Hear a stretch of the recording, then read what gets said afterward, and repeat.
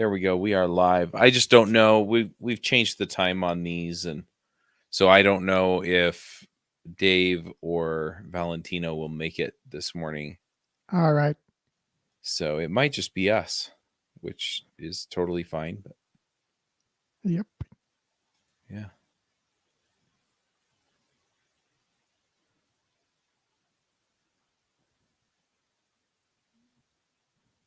Anyway, so yeah. Well, let's just get started, and we'll see where we end up at. And then yeah, if those guys pop in, then we'll say nice things about them. Cool. Sounds good. How do I say your name? It's Ayush. Okay. All right, here goes. Oh, what's the name of your Hotwire site again? Rails and hotwirecodex.com.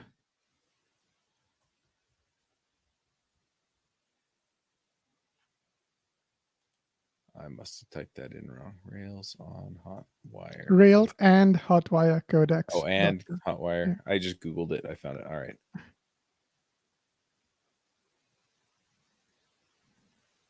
All right. Oh, I love that. Written by human, not by AI. I'm going to say something about that when I introduce you. Fair enough. All right. Oh, where's StreamYard? There it is. All right, here we go. Hey, welcome back to another episode of the Ruby Rogues podcast. This week, I'm your host, Charles Max Wood, and I am talking to Ayush Newatia. Did I get anywhere close on your name? Close enough. Yeah, coming to us all the way from London. And yeah, I ran across Ayush. I don't remember if we bumped into each other over something else or if I reached out about the Rails and Hotwire Codex or something else. I've been getting into Hotwire quite a bit. Most of what I've done is Stimulus, but I'm starting to pick up Turbo. And I'm definitely interested in seeing what Strata can do for me. But yeah, so the Codex, it looks like is it a course or is it a book? It looks like it's a book. It's a book, yeah. It's an ebook. It's a comprehensive ebook that I got it printed just for keepsake, and it's honestly more like a brick than a book. Oh wow, it's that big, huh? Yeah. Yeah, and it says written by human, not by AI, which wow, you did it in hard mode, huh? Oh yeah, I don't believe in shortcuts.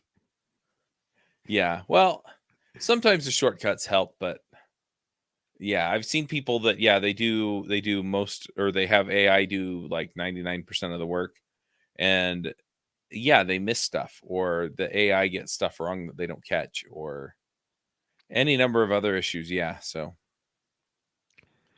you got to write the book you wanted, I guess, is what I'm aiming at. So yeah, pretty much. Like a lot of the stuff in the book I was actually learning while writing, and I find that the best way to learn is to do it on what you called hard mode, because you tend to go down dead ends, you go down other paths, and you make mistakes, and you learn from all those things. Right. You learn things you didn't expect to learn. And for me, that's the right way to go about it, because that gives you a lot more context than just asking an AI a question and getting an answer back that you can't actually be sure is accurate or not. Yeah, I like that too. The kind of the idea of learning as you go. And I wrote a book about finding a job. I feel like things have shifted some, so I need to rewrite it. But it was the way that I found jobs for the first 15 years of my career. And yeah, it was interesting, like going back and seeing what was out there today and how that worked and stuff like that. And so yeah, I feel that quite a bit. But yeah, it's tough. Writing a book's a ton of work. Yeah, it was. I mean, I thought it was going to be pretty hard, and it was way harder than I imagined it would be. It took about twice as long as I had anticipated it to take. Yeah, it was quite an undertaking. It's definitely the most challenging thing I've ever done in my professional career, and but so far it's also been the most rewarding. So like I took 8 months completely off client work to write it, Oh, wow. because I'm a freelancer, and I was trying to do it side by side with client work, and it just wasn't working for me because writing is quite an Right. intense, mentally intense task. And after spending like 4 or 5 hours a day on client work, I just didn't have enough in the tank to then put in some proper hours for writing. So I was like, hey, while I'm still excited about this idea, let me try and see it through. I'll take 3 or 4 months off. Surely that'll be enough to write it. And 8 months later, I still hadn't finished it. So it was quite a big financial hit, but um, in the long term, I think it's all been quite worth it because it's really helped my freelancing career as well. That's awesome. So, um, the book goes into all kinds of stuff. I'm assuming it also does Turbo Native. It does, yeah. So it's well, I mean, I would say this, but I think it's the most comprehensive resource out there on Rails and Hotwire because it covers all the bits. Like, it is primarily a book on how to build a Rails app, but Uh-huh. where it kind of does things that other courses and books don't is it firstly does quite a lot from scratch. So like I use very few gems, so like authentication, all that stuff is from scratch. And the other thing is Oh, wow. it teaches native apps as well. So it's not just build a Rails website, it's build a Rails website, iOS app, and Android app. Oh, wow. That's awesome. Yeah, we had Joe Mazzolotti on a while back to talk about Turbo Native, and it looks really terrific as far as it goes. And I mean, I've talked to some people and they just want that native, full on native experience where you load the data onto the phone, so you're hitting APIs and then you're you know loading native components and stuff like that. But some apps. So the thing that I've been looking at is building like a media app for podcasts and videos and stuff like that. I guess you can have your media downloadable, to the point where you can watch it on the phone on a more, I guess, native app. But for the most part, if people are going to stream it, I don't see what the difference is, right? Yeah, honestly, I think there is a huge misunderstanding around the actual benefits of native apps. Like Right. for some use cases, they are the best tool for the job, but for vast majority of use cases, a well executed hybrid app will do the job really well. Because a lot of the arguments I usually hear for native apps is things like offline use Right. and just the fidelity of the UI and things like that. But I used to be a native app developer, so I only switched to Rails in 2020. Before that, I spent 5 years doing iOS and Android development, and Uh, worked on a few apps first at an agency, and then I worked for a company called TransferWise, now known as Wise. mhm. And our dirty little secret was that the apps were fully native, but they were useless offline. They were completely and utterly useless offline. Like, I can't comment on the state of the app now, obviously, because I left the company 5 years ago. But Right. when I worked there, uh, every screen made like a minimum of half a dozen API calls and then rendered native views based on those API calls. Yeah. So you got any screen, you will see a loading spinner. It's not going to load instantly. There is no offline persistence or anything like that.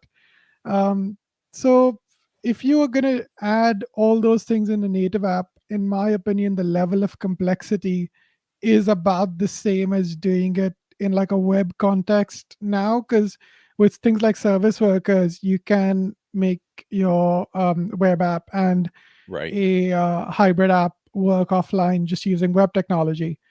And I think the challenges and complexities of doing it that way are very similar to the challenges and complexities of doing it the native way.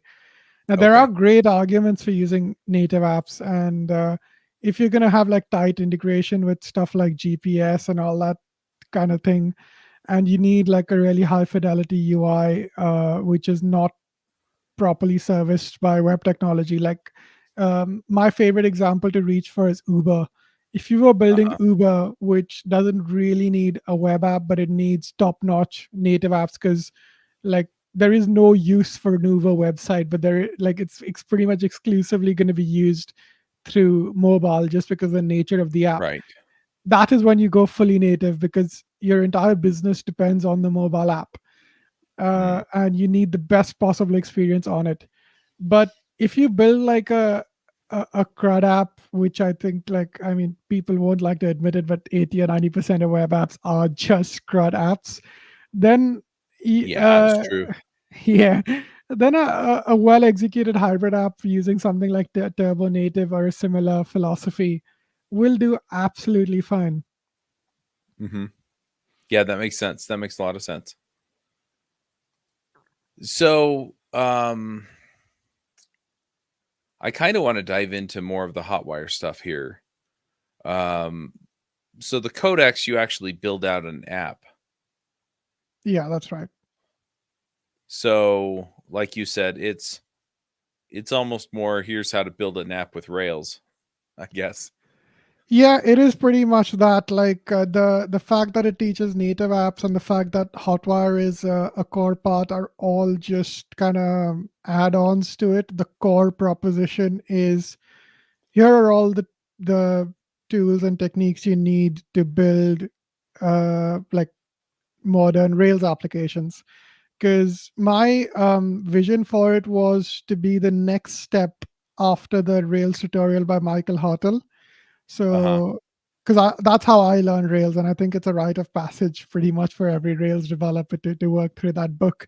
But after I finished that book, I didn't know where to go next, because it teaches you the basics and it does that really, really well. But you need a next step, right? Like, I didn't really know where to go from there.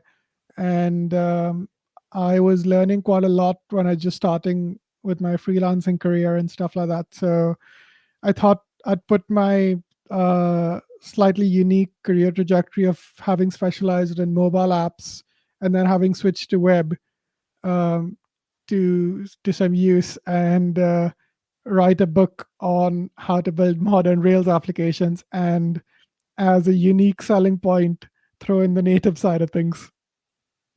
Right.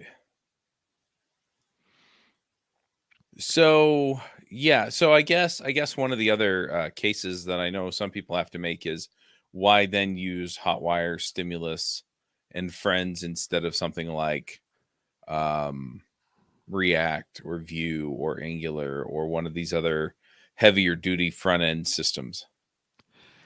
Um, it's I'm not the best person to compare and contrast because I've never used React. So my pitch for it would be, um, React and stuff have a very different philosophy. Hmm. They kind of take over your app's front end. You don't really write HTML and CSS. You write React code, and It's true.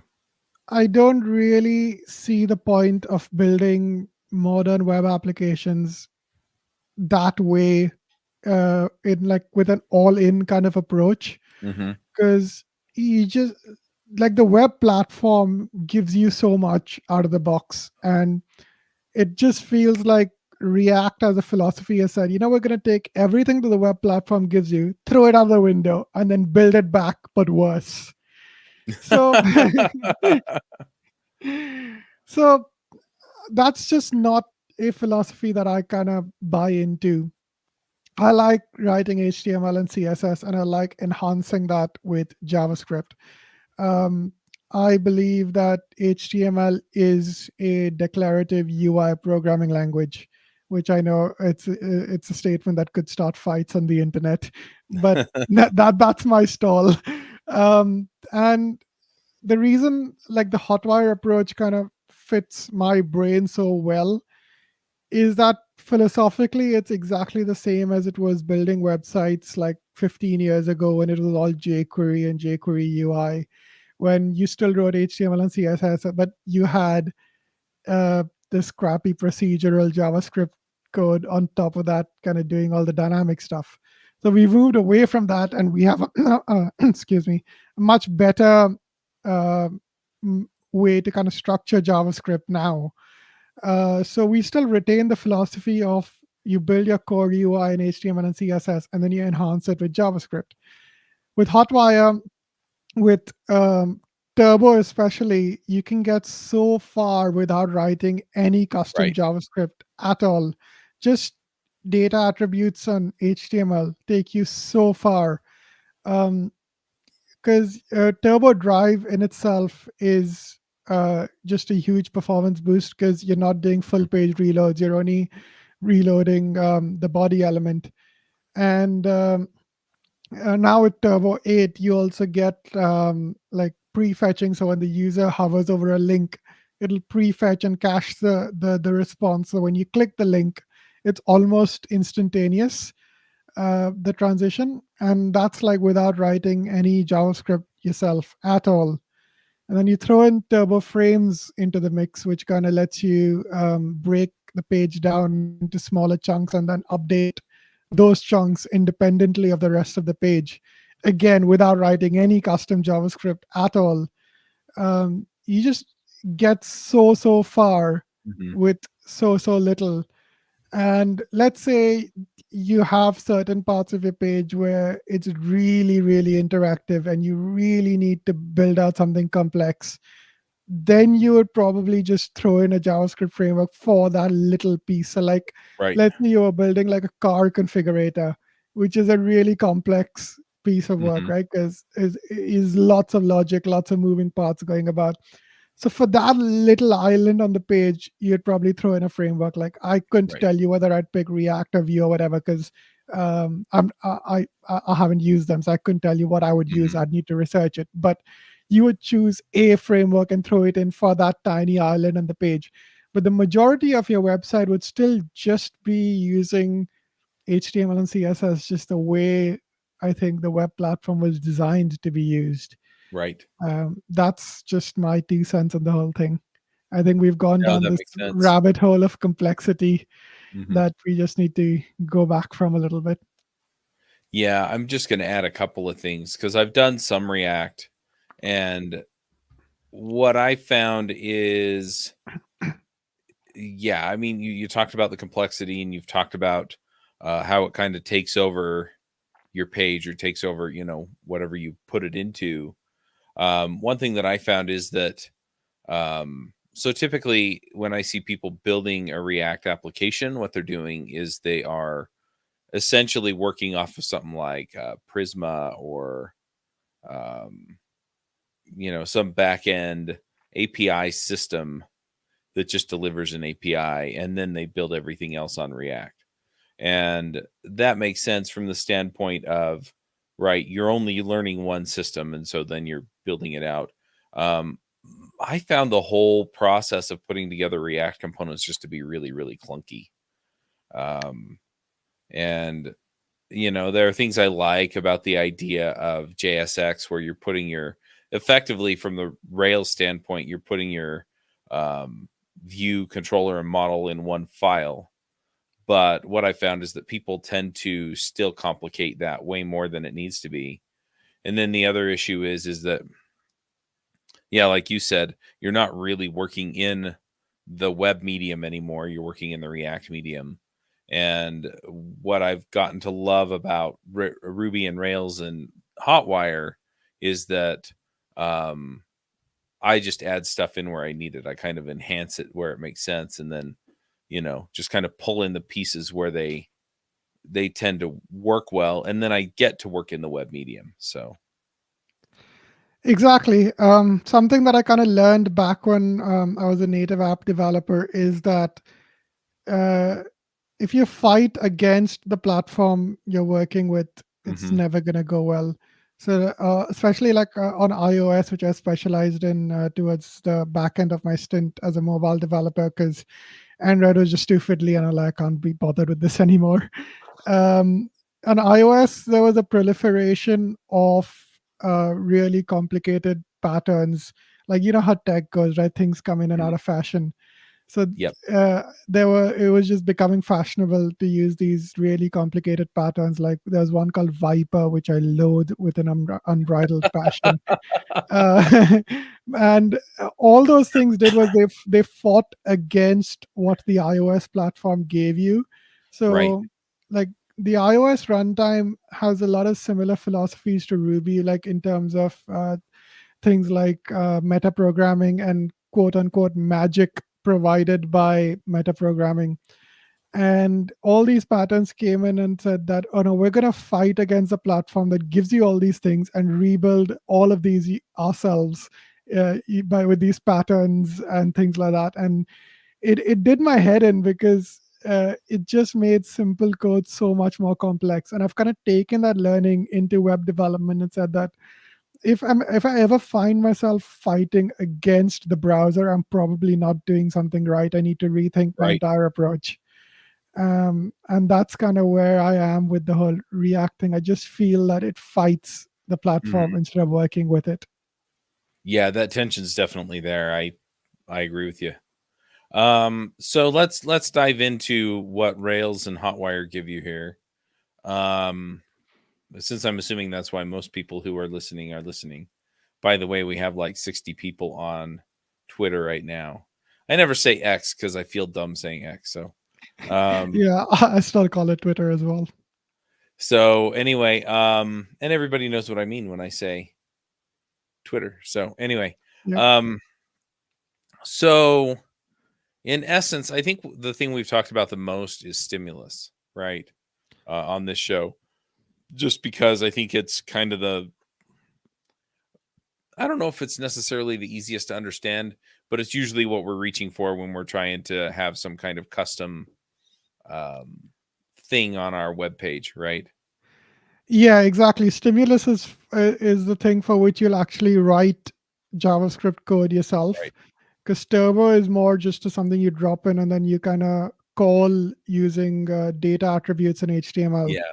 unless you want to customize something. So yeah, Stimulus is where you actually write JavaScript. Right.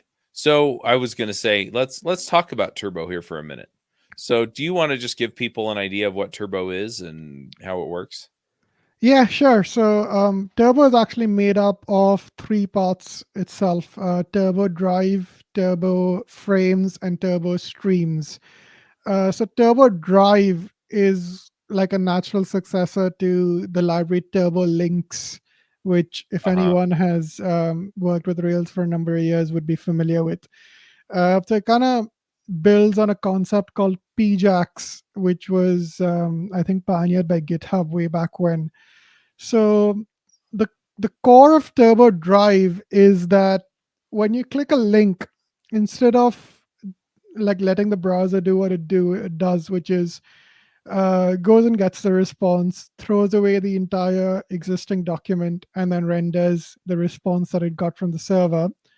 Turbo Drive will intercept that the link click, and it'll make a fetch request uh, to the path, get Hmm. the response, and then just swap out the body element on the existing document for the one that it got from the response, and it'll merge the head.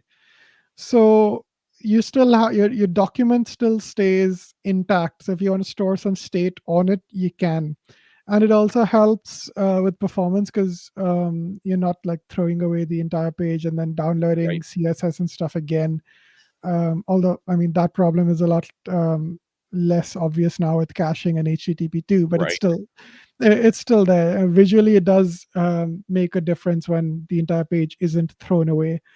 And I think the biggest difference between Turbo Drive and the predecessor Turbo Links is that Turbo Drive works with forms as well. So Turbo Links was exclusively for link clicks, but for Turbo Drive, it does the exact same thing for form submissions as well. Right. And the one thing that when I've found myself in discussions with people who only ever use React is they say, but, oh, well, what if you want a persistent element on the page? You can't do that with this approach because it's still a multi-page app. And Turbo actually has an attribute called data turbo permanent So if you put that on an element, that particular element will be persisted across Oh, wow. page loads. So like, so let's say you had like an audio player or something that was playing sound, but you wanted the user to be able to browse your website while that was still Right. playing. You just set this attribute on that element, and it would just be retained. It would still be there across all those multiple page loads. So you still have like a multi-page architecture, but you have the behavior of a single page application. Right. So I think that's a great approach to kind of just simplify your architecture. Yeah, So that that's makes like, sense. yeah, so that's like Turbo Drive.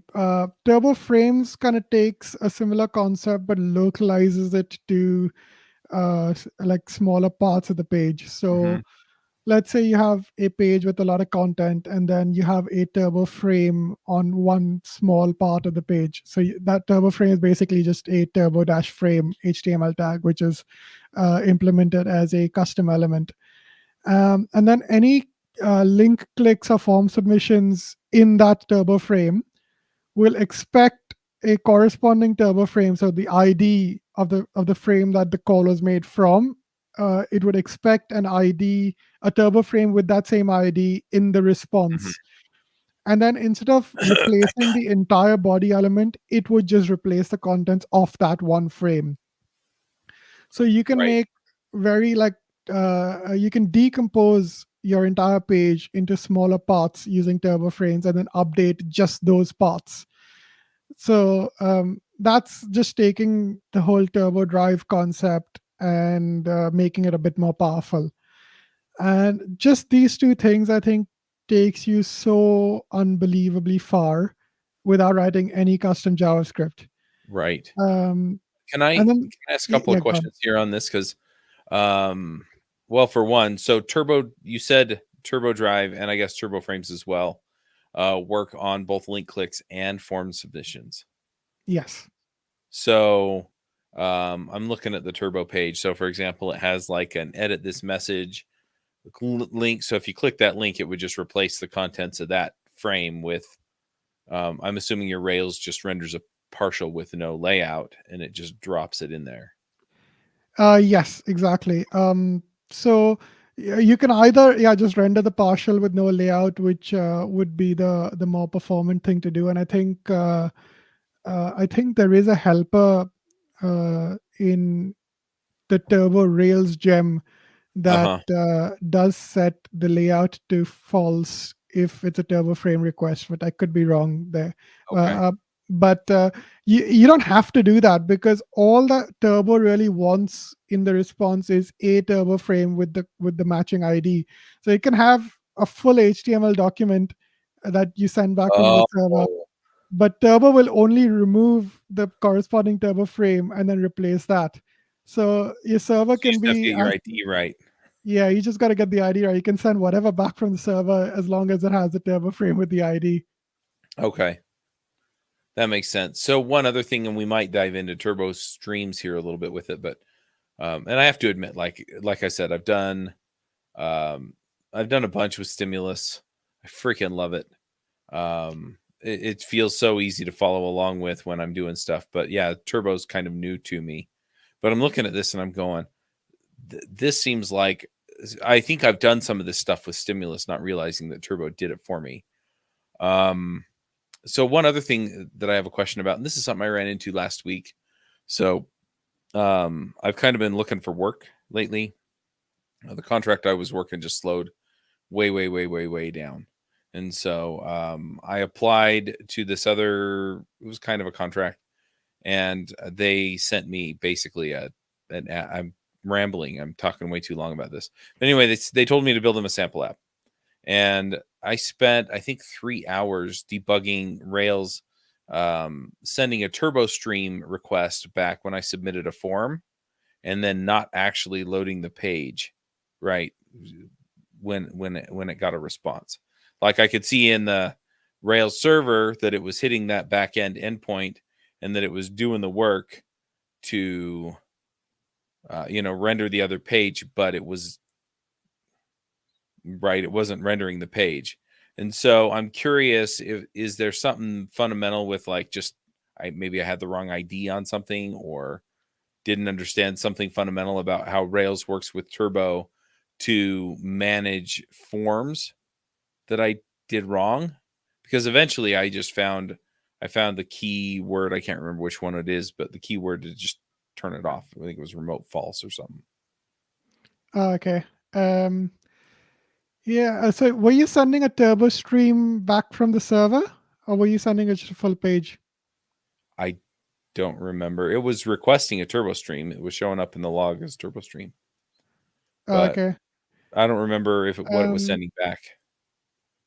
Because so Turbo has a requirement that on a form submission, you either render a turbo stream, so it has to have a MIME type of turbo stream, Oh, maybe that's what I was doing wrong. or or you have to redirect. You cannot you cannot render HTML on a form Ah, submission. okay. So that's a feature of turbo streams. It's a requirement of Turbo. So if you look in the Turbo doc somewhere, there is an explanation for it. I can't remember. It's Okay. something to do with clicking back. I can't remember the exact explanation. It's in the docs, but yeah, you have to either render a Turbo stream or redirect on a form submission. That's a requirement of Turbo Drive. Okay. So what is a turbo stream then? So Turbo Stream is also a custom element, so just Turbo Dash Stream, and it Okay, gives hang on. you Time out for a second. So yeah. when you're saying I needed to return a turbo stream, I was still returning HTML. I was just it needed to be in a turbo stream element. It needed to be in a turbo stream element and needed to have a MIME type of whatever Okay. the thing is, VND turbo stream, whatever it is, the actual Okay. thing. Yeah. Okay. Yes, a turbo stream has to be in a turbo stream tag. That's what makes it a turbo stream, and that kind of it gives you what I describe in my book as a scalpel to make fine grained adjustments to your page. So Turbo Drive and Turbo Frames both have quite like general approaches to making updates. So you like either change the entire page or a whole portion of the Right. page. But let's say you want to target one tiny thing like a counter or something somewhere, and you want to change just that. Mm-hmm. So you would render a turbo stream with a replace action, and then in the content of the turbo stream tag, you'd put the new content, and then Turbo uh, would use the target attribute of the turbo stream tag to find the element you wanted to change, and then the action you define is replace. So it'll replace the targeted element with the contents of the turbo stream tag. Now there are, I think, 7 or 8 CRUD actions that turbo streams give you out of the box. I think like append and replace and update. I can't remember all of them. It's in the docs. So Mm-hmm. those are the updates you can make using turbo streams to very specific elements that you target using either an ID or a CSS selector. Um, so you can make like really targeted adjustments to your page, but it's quite easy to let things get out of hand with turbo streams, because if you find yourself making quite a few updates, you're probably doing something wrong. It's really Mm-hmm. stuff that's really targeted, really fine grained, really one off, that you kind of want to be making with turbo streams. Because especially now with Turbo 8, so I'm going to segue into Turbo 8 a little bit, Yep. because everything we've spoken about so far has been in Turbo in some form or the other since day one, which was Turbo. Right. Turbo came out with the version 7 to match Rails' version. So that's a bit counterintuitive, but I digress. And Turbo 8 has this new feature called page refreshes using morphing. So a common pattern in Rails is you kind of make a change to an entity and then redirect back to where the user was. So let's say the user is on /posts, and you have an index of posts with like delete buttons, and the user clicks delete, and then the controller action will redirect the user back to posts where they already were. But obviously what they'll see is that one post that they deleted, it should now be missing because it's been deleted. Right. It's a very small change on the page. So in the past, you would probably render a turbo stream that targets that particular post's entry. It'll probably be like an li element or something, and it removes it from the DOM.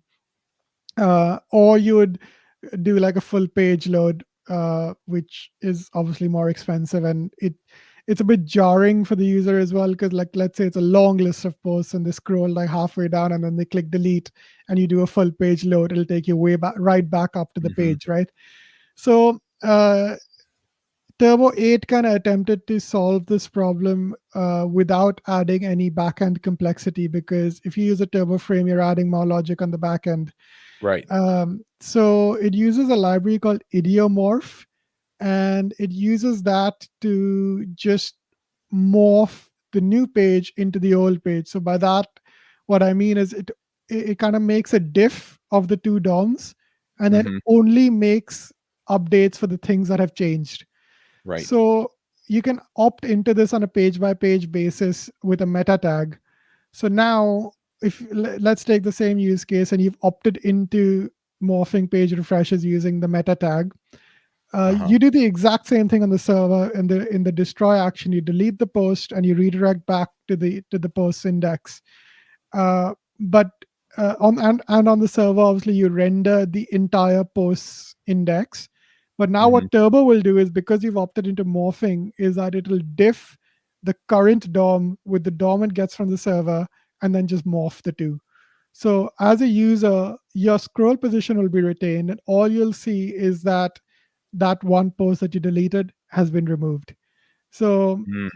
after this new addition, the the use cases for turbo streams, I think, just drops down significantly, and you only really want to be using it very sparingly when there is no other option, because it's the kind of thing it's the kind of thing that I think you refer to as a sharp knife in Mm. Rails. I know it's a phrase that's used quite a lot with both Ruby and Rails, and you want to be using them when the time is right and not just across the board, because it's quite easy to make a mess.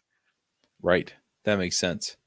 Yeah. I was at Rails World last year when David, I don't know why I always call him David instead of DHH, but um, when David was showing us Turbo 8 with that feature where I think what he did was he had like a Kanban board, and Yes. so he, he dropped in a new column and then removed it, and he showed the old behavior where when you would do that, it would jump to the top, and then afterward he said now it doesn't do that, basically. So Yeah, I think that was from Jorge's talk actually. He's the guy who I think spearheaded the whole uh-huh. morphing effort, and I think that was the use case for which it was developed and then extracted into Turbo, Right. was I think that Kanban style interface in Basecamp, and I think probably Hey Calendar as well. Yep. So it might have been Hey Calendar actually, but yeah, it was that's the reason for which it was developed. Yeah, makes sense. um So yeah, so while we're talking about Turbo, I guess the other piece is Turbo Links, and we've talked a bit about that. Um, I guess one other question that I have related to Turbo Links itself is, um, so it just loads the web interface and then uses Turbo to do its work, just like the web page does, correct? Sorry, say that again. So Turbo Links is, or yeah, not Turbo Links, Turbo Native is a Yeah, wrapper around your web application. essentially yes. So okay, let me zoom out a bit and explain exactly how Turbo Native works. So there are a few approaches to hybrid apps, because hybrid basically means you're mixing web technology with native technology and using both together. Yeah. That's where the term hybrid comes from. Well, a So lot of apps do that though. We had an iOS show on this network for a long, long, long time. Went on hiatus in November of 2019, but that was one of the tricks. If you had some UI that wasn't, how do I put it? It wasn't exactly what Apple gives you in their UI kit. then yeah, a lot of people would pull in web technology and just seamlessly lay it in there to get what they wanted. So this isn't a new idea by any means. It's not a new idea. I think what Turbo Native does is just standardizes it a little bit. So I actually gave a talk on this at a couple of conferences last year called "Native Apps Are Dead: Long Live Native Apps," Mm, because honestly astonished that the Turbo Native approach isn't more widely used. Because what it does is it builds the backbone of your app natively, so all your the navigation and stuff like that, and let's say you have a tab bar, which most apps do, those are all built natively. So okay. you're not gonna get away from having to write Swift or Kotlin. You're gonna have to write some Okay. native code. You're gonna have to have an Xcode project and an Android Studio project. But what Turbo Native does is that instead of like instead of you recreating each view in native code, within that kind of backbone that of the native elements, it renders web content. So you have your navigation bar at the top, you have your tab bar at the bottom, but in the middle where your content is, it's just a web view with HTML in it.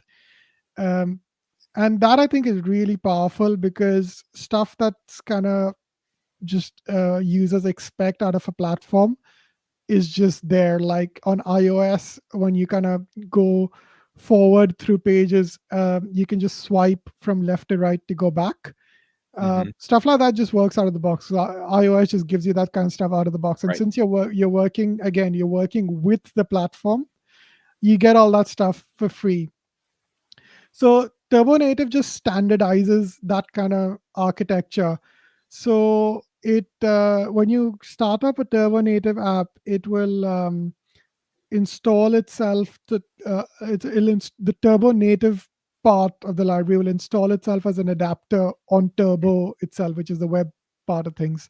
Okay. And it kind of hooks into that whole mechanism to uh, kind of trigger native code. So, like, let's say when you tap a link in a Turbo Native app, instead of just making a fetch request and replacing the current body, Turbo Native will now get the response, create another screen, like a view controller on iOS or a fragment on Android, and it will slide it onto the screen from right to left. So that's like Turbo Native, the library does that for you. Mm, So that's kind of where it comes in. It's just a kind of like an adapter to help you build apps which render web content within this native frame, which I sometimes refer to as a custom web browser. So you're kind of just running your web app within a custom web browser that you've okay. built yourself using native app technologies. Gotcha. So I guess a couple of other questions I have are, just kind of the things that aren't built into your application. So, for example, what if you wanted in-app purchases, or, well, let's just talk about in-app purchases for a minute. Right. So because you have a native project, your app is basically still an Xcode project or an Android Studio Mhm. project, and you are writing some Swift code or Kotlin code. You have access to all the native APIs. Right. So you can just write native code to do that. So like in-app purchases, for example, Apple would have APIs for that. Right. So you just write Swift code, and then you'd have some kind of way to communicate that to your web app. Either you're hitting an API or something like Mm, that. Like obviously the exact architecture would depend on your use case, but right. because like the native side of things has not been like hidden away or abstracted away, you can do anything native that you want. I gotcha. So let's say that I have a button on my application, and when you tap the button on the web page, it takes you to the Stripe form.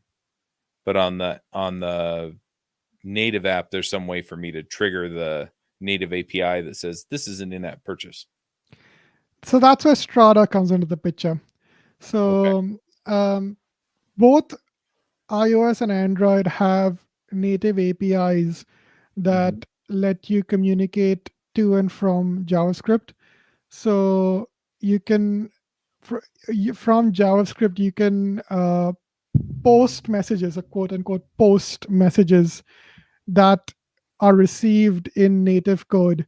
So you can like call like whatever the method signature is dot post and send some Right. JSON, and then a Okay. native, a fully native, a native method in Swift or Kotlin will be called with that JSON message that you sent from JavaScript. Hmm. And to go the other way, you can evaluate JavaScript within a web view. So from native code, you can like literally call like web view.evaluate JavaScript, and pass in a JavaScript string, which will be executed in your web page. So Strata takes this pathway Hmm. and gives you an abstraction layer to communicate from web to native and vice versa. Okay. So it's built on top of Stimulus. So it's basically it gives you a concept of components. I think it's called a bridge component, which is a subclass of a stimulus controller, and it gives you just some standard methods to send messages to native apps. So you would Okay. have a component. So you need to subclass bridge component and create a component for yourself on the web, and then create a counterpart component in your native app using native code.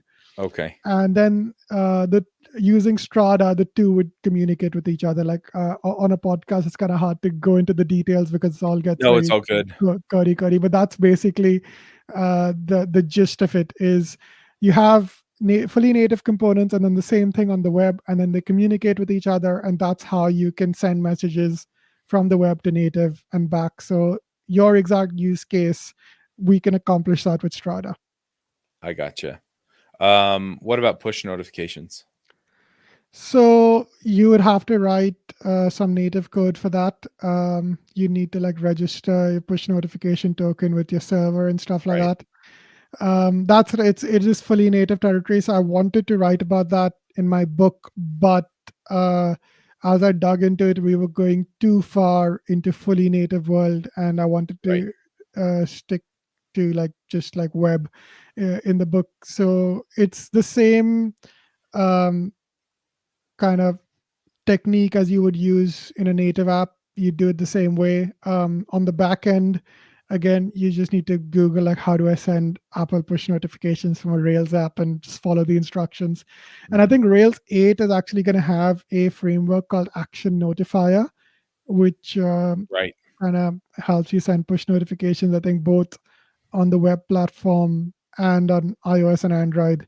Mm. So that should hopefully make life a lot easier. Awesome. Um, this is. I feel like I lucked out that the other guys didn't show up because now I can ask. I got to ask all my dumb questions. Um, so because yeah, I mean, this is all stuff that I've wanted to do for a long time that I just haven't done. Um,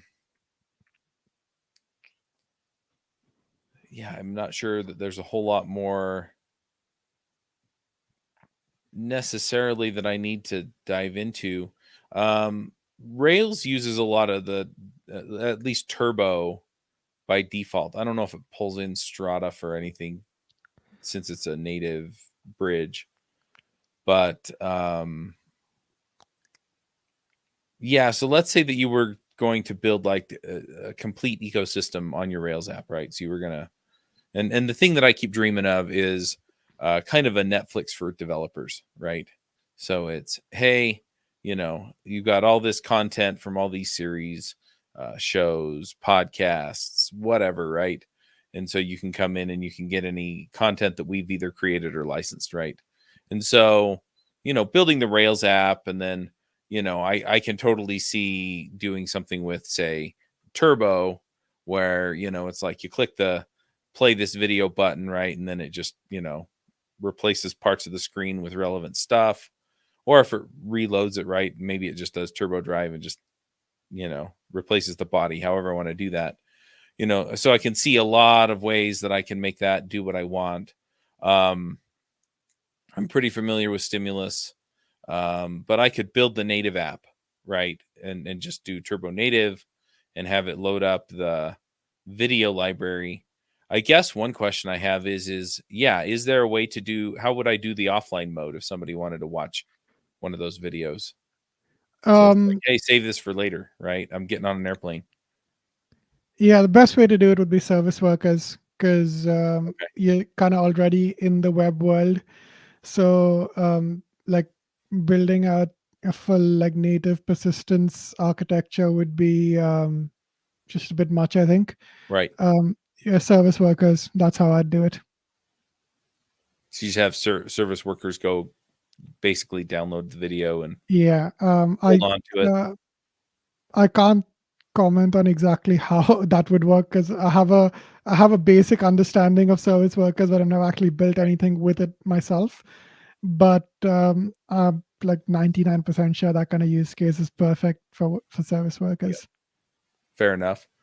Um, I'm also curious, and I think the answer to this is going to be you're going to have to ask the Turbo team because the other thing I'd like to do is expand it to other parts of the ecosystem that's out there. So lately, I've been looking at I have like 6 or 7 Fire TVs in my house, right? Fire Stick TVs, and so I'd like to, and you can load a web app in as your app. And so I'm wondering if Turbo Native. I'm assuming Turbo Native doesn't apply there, but I guess maybe it does because you can also run it as an Android app. You build it in Android Studio. So, do you know much about that, or No, I couldn't tell you off the top of my head, but if it kind of works as an Android app, maybe you could adapt it.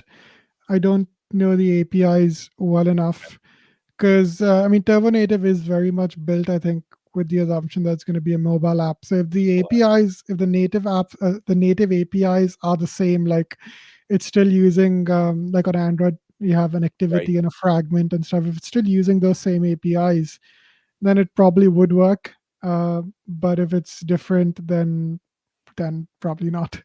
Okay. Um. Yeah, we're definitely not going to get into Bridgetown today, which is fine because I'd like to have you come back and just go deep. Yeah, that'd be Um. great.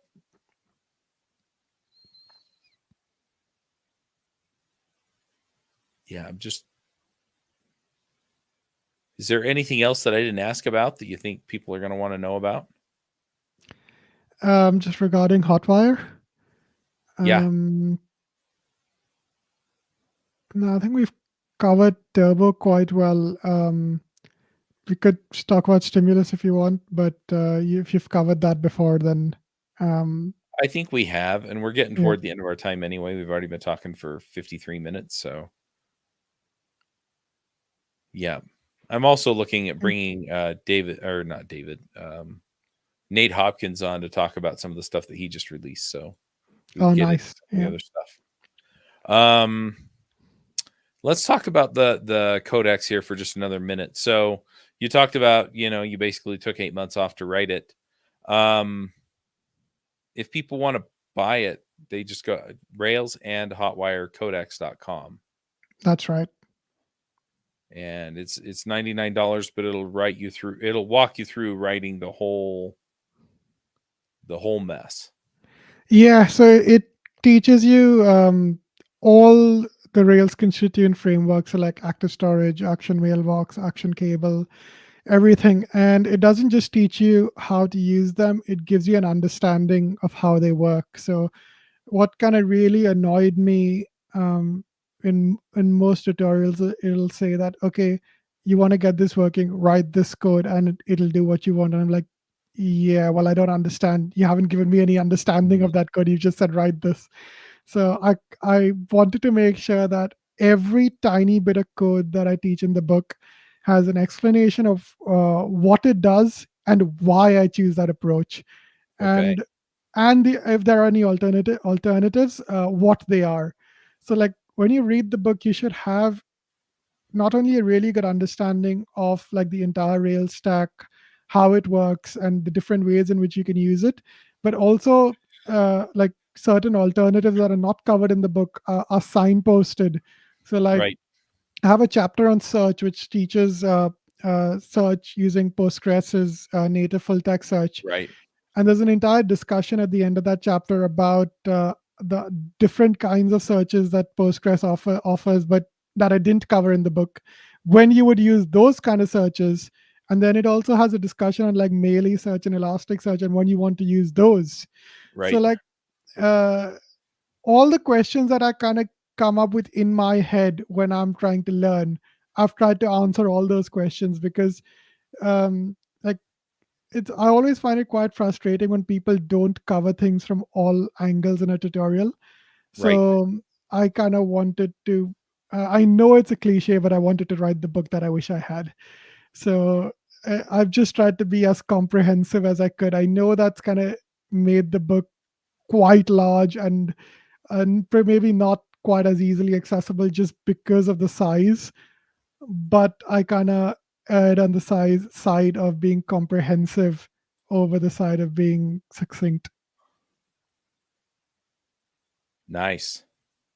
All right. Well, I'm gonna go ahead and push us into the last part of our show, and that is picks, and then we'll wrap up. Um, I'll go ahead and go first, and you can kind of get an idea of what's involved. So, picks are just shout outs about stuff that you like. I mean, that's essentially it. So some people show up and they pick a bunch of tech stuff. Other people show up and pick other stuff. I'm going to go ahead and throw out some picks of my own. So the first pick that I have, I always do a board game pick, and I'm going to pick Dice Forge. So um, it's kind of an interesting take on deck building, except you're building dice um, instead of building a deck or a hand. And so what you wind up doing is um, every turn you get an option of either grabbing a die face or taking a card that gives you victory points and special abilities, and then you and you buy either one. So you either spend gold or you spend sun or moon tokens to get them. And then when you buy die faces, you pull the face off of your dice and put the new face on. And they're kind of like Legos that way. Very fun game. Played it last night with some friends of mine, and yeah, it has a board game geek weight of 1.97, which means it's fairly approachable for casual players. It went kind of fast too. I think we played it in 45 minutes, maybe a little longer than that, but pretty close. And we were teaching our friends how to play it. So anyway, really enjoyed Dice Forge. And so yeah, if you want kind of a different take on how that works, then that's awesome. I'm gonna post to the YouTube and Facebook and stuff links to Board Game Geek and to Amazon where you can buy it. The Amazon link is going to be um, an affiliate link, just so you know. So if you buy it there, I get a little piece of the action. It doesn't cost you anything extra. It's just anyway. And then other picks. So I am on the tail end of a book series, and the book series. Let me look it up on my phone. So I've been listening to it, and I picked other books by Brent Weeks in the past. This one's called Beyond the Shadows. The book it's the third book in the series. I'm trying to remember the name of the book series itself. Title details. There we go. It's the Night Angel series. This is the third book in the series. Anyway, I'm really enjoying it. It's about this kid who basically becomes an assassin, and there's magic and politics, and anyway, it's been really, really good so far. So I'm going to pick the Night Angel series. The first book in the series, if you're interested, is called The Way of Shadows. And It looks like there's a prequel that's 2 hours long too that I haven't read. So anyway, it's The Way of Shadows, and then Shadow's Edge, and then the last one is Beyond the Shadows. So yeah, really, really enjoying that. Looks like there might be another series that's a sequel to it, because it says Book 1 Kyler Chronicles, and Kyler's the main protagonist. So anyway, terrific book. Really enjoying that. And then, of course, just a couple of shout outs about Rails Geniuses. I'm going to start inviting experts to come in and talk to us in May. If you sign up before May, it's going to be me, and we're just going to chat about what you want to learn and who I can get on to be experts to show up to some of our calls and make sure that we're providing you kind of the value you want. I'm also going to let everyone know I'm still looking for, freelance contract or a full-time job if I have to, so that, I got to pay the bills. And finally, I got this set up Monday. So if you go to rubyrogues.com/premium and you sign up, it's $9 a month. You get all the shows without the ads. And I'm planning on putting extra content in there as well.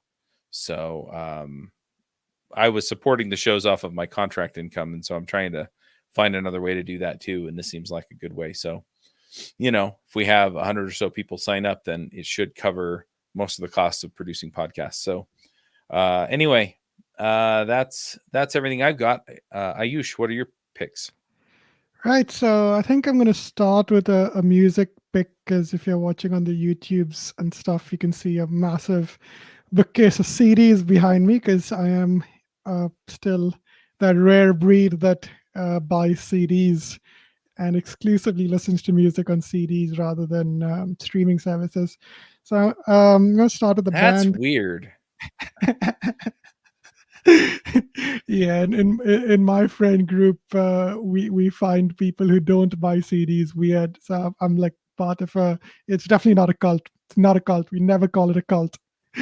That's what I say about my board game group. So I'm going to start with a band called Life Signs, who actually I'm actually wearing a Life Signs T-shirt right now. Oh, nice. So yeah, they're a band I've been following for a couple of years, and they are just absolutely fantastic. And I'm constantly astonished that they are still playing in pubs to 100 people rather than theaters to a few thousand, because the level of the music is just unbelievable. It's just they've struggled to get the support of the industry, so I want to give them a shout out. So that's Life Signs. Highly recommend it to anyone who's into like rock music of any kind of description. I'm sure you'll like it. And I'll make a tech pick as well. So there's a Rails dashboard library called Avo, made by Adrian Marin, who Yeah, also we've had organizes Adrian the. on the show before. Have you? Yeah, it's Yeah, also he also I'll go hunt up that organizes. episode. Yeah, he's just the nicest guy, and he also runs a friendly.rb conference in Bucharest. And I got to use Avo for the first time on my current client project, where we were shopping around for a few different admin dashboards, and Avo just kind of just blew the others out of the water. To be honest, like I played around with some others, and this was just the docs were unbelievably good. The UI is really good out of the box. Pretty much any question I had, I could put into the docs search, and I got an answer for it. Um, yeah, highly recommended. There is an open source free version, and if you need something more involved, there are like paid versions as well. And yeah, avohq.io or something like that, I think is the URL. Yeah, highly recommend it for admin dashboards, because yeah, I'm using it right now. Yeah. The URL that I have is avo.cool, but it redirects to avohq.io. Okay, So, nice. That's a good URL.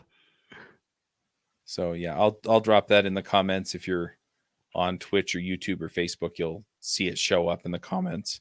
Unfortunately, Twitter, which is where most people are watching this, doesn't do the comments. So anyway, go find us on YouTube, and you can get it on the recording of the live stream, and that's at youtube.com/@topenddevs. Cool deal. If people want to connect with you, Ayush, they have questions for you, anything like that, where do they find you? So best way is probably email or Mastodon. So my email is Ayush, AYUSH, at radioactivetoy.tech. That's my business website as well. That is a cool domain. Cheers. Yeah, that's my business website as well, radioactivetoy.tech. And I'm on Mastodon at Ayush at ruby.social. Right. Those are probably the best ways. I do have Twitter, but I honestly don't use it a whole lot these days. So you may or may not get a response if you ping me on there. So email or Mastodon is the best. All right, good deal. Well, we'll go ahead and wrap it up here. Thanks for coming. This was fun. Thanks for having me. Yeah, I'd love to chat about Bridgetown some other time as well. But Yeah, yeah, it's really absolutely. Well, we'll get you on for sure. sounds good. Thanks very All much. right. Till next time, folks. Max out. Cheers. All right, Bye. hang on for a second.